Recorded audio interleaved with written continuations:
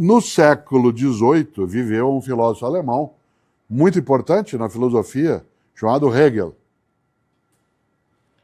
E Hegel, ele criou um conceito que é utilizado muito em filosofia e que mais tarde vai ser trabalhado especialmente pela filosofia de Karl Marx e depois da Escola de Frankfurt, que são pensadores como Horkheim, Habermas, Walter Benjamin, né?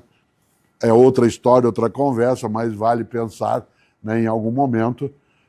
Essa concepção de Hegel é sobre alienação.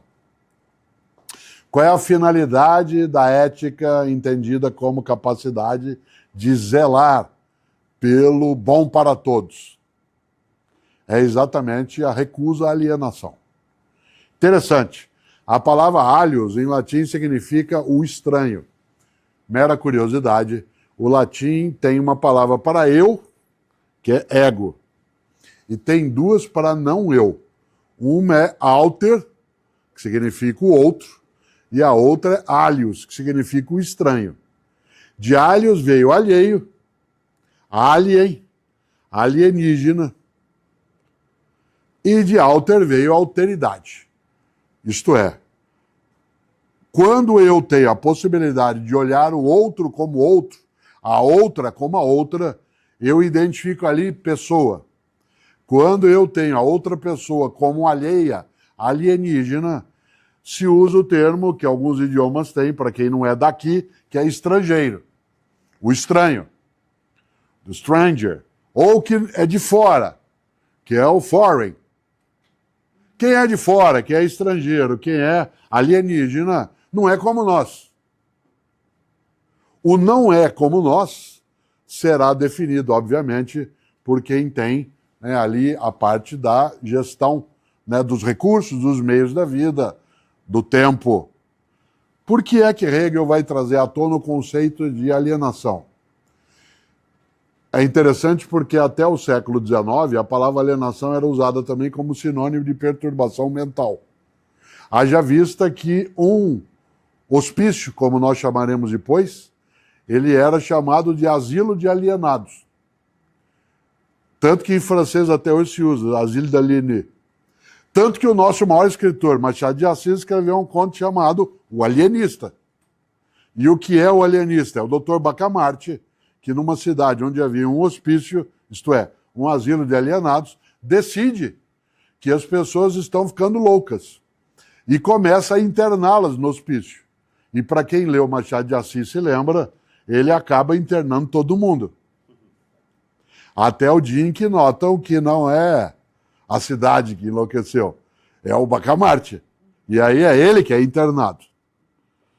Essa ideia do alienista tem a ver com a noção, essa mais forte, de que a ideia de uma pessoa alienada, e é isso que Hegel trará, só que no campo de uma concepção filosófica que eu não vou desenvolver, alienada é a pessoa que não pertence a si mesma. Isto é, que é alheia a ela. Uma pessoa alienada é aquela que não se pertence.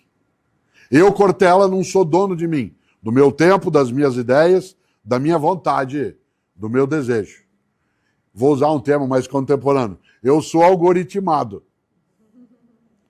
Eu sou atropelado pelo algoritmo que me pega, e aí eu não decido, eu não escolho, eu sigo, porque eu sou cercado. Evidentemente que Hegel vai usar isso na filosofia do século XVIII, se referindo a uma questão filosófica que é o da construção do espírito. Não importa esse tema. O que importa é o que farão com esse pensamento do Hegel. E o principal filósofo alemão que pegou essa percepção do Hegel e a colocou naquilo que eu quero usar agora, que tem a ver com inteligência artificial, é Karl Marx. Karl Marx, que foi discípulo do Hegel, no século XIX, ele que nasceu em 1818, ele construiu uma série de reflexões na qual ele colocou a ideia de alienação em relação ao trabalho. Parênteses, o século XIX é o século em que a Revolução Industrial está explodindo. Que não são mais os teares mecânicos apenas, mas já são a vapor e logo, logo, elétricos. Nesse sentido, o mundo da indústria, né, no século XIX na Europa ele é explodinte. Apareceu ali uma questão do trabalho humano, do esforço, da necessidade de regular as regras de convivência para que não se levasse as pessoas à exaustão. Discussão sobre jornada de trabalho, retirar aquilo que era usual até o final do século XIX, em relação ao número de horas que uma criança podia trabalhar, porque a legislação autorizava até 12 horas por dia. Mulheres 14, homens 16. A legislação existente. A discussão sobre jornada de 8 horas, ela vai aparecer só no final do século XIX, inclusive com um documento, por estranho que pareça, da Igreja Católica, né, de um papa chamado Leão XIII, que escreveu uma encíclica cujo título serviria para agora. Em latim é Rerum Novarum, significa sobre as coisas novas. Isto é, sobre aquilo que é novidade. É interessante isso, porque o século XIX discute duas coisas. Primeiro, o direito ao trabalho, para as pessoas viverem, dado que elas não tinham propriedade para viver por conta própria. Não existia o conceito de empreendedor, nem de uberização da vida. A segunda coisa é o direito ao ócio. Não sei se já ouviram falar isso em algum lugar, o direito das pessoas trabalharem menos. Pois bem, Karl Marx fez uma reflexão sobre o direito ao trabalho, a necessidade de não ser alienado ou alienado em relação à sua força de trabalho. Porque tua vida coincide com o teu tempo de vida. E o que é que você tem para vender, dado que você não é dono de nada, exceto de você? Teu tempo de vida. Tua jornada. Certo? Teu dia. Ora, volto ao ponto. Por uma mera curiosidade, mas é só curiosidade, Marx escreveu várias coisas, não foi o único, falando do direito à regulamentação do trabalho, a ideia de impedir a alienação da vida das pessoas por intermédio, né, do sequestro das horas dela à disposição, com o uso de máquinas que serviram para fazê-la produzir mais e não viver mais, que a fizeram render mais, mas não aproveitar mais a vida. Um genro do Marx teve vários filhos e filhas, alguns morreram jovens, era usual naquele período, mas uma delas, chamada Jennifer, casou-se com um cubano. Lembrando que nós estamos no século XIX, portanto, Marx e Cuba não têm nenhuma relação.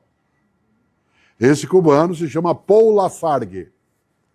Eu recomendo a leitura, e não o resumo da leitura feito por IA, de um livro do Paul Lafargue, que foi genro do Marx, é pequenininho. Ao contrário do sogro, ele escrevia com poucas linhas. Parênteses, o Capital do Marx tem 3.000 páginas. É por isso que é uma das obras mais citadas e menos lidas. Quase todo mundo cita, mas dificilmente eu encontrei alguém que leu. A parte que o Marx publicou em vida tem 800 páginas, mas o que foi publicado pelo Engels depois e por outros tem somando 2.200. Ora, Paul Lafargue escreveu um livro chamado Direito à Preguiça. Não é Domênico De Masi, que é genial na reflexão sobre o ócio criativo. O Direito à Preguiça é uma discussão séria, um livro pequeno e bom, para mostrar o quanto que nós temos que ter as máquinas para nos servirem a todas e todos. Isto é, a quem interessa? A alguns. Mas para quem é bom? Esta lógica do direito à preguiça não era a preguiça no sentido de não trabalhar, não é preguiça como vagabundagem, é preguiça no sentido, e aí a ironia do Paul Lafargue, no sentido de ócio. Por quê? Olhe na minha mão, se você puder, quem está ao vivo ou quem está online. Você tem dois conceitos que são fortes. Ócio e a negação do ócio, que é nec-ócio. Negócio. Certo? Ócio não é vagabundagem, ócio é tempo livre. Tempo livre para quê? Para fazer o que você quiser, quando não é obrigado a fazer algo. Negócio é aquilo que você tem que fazer.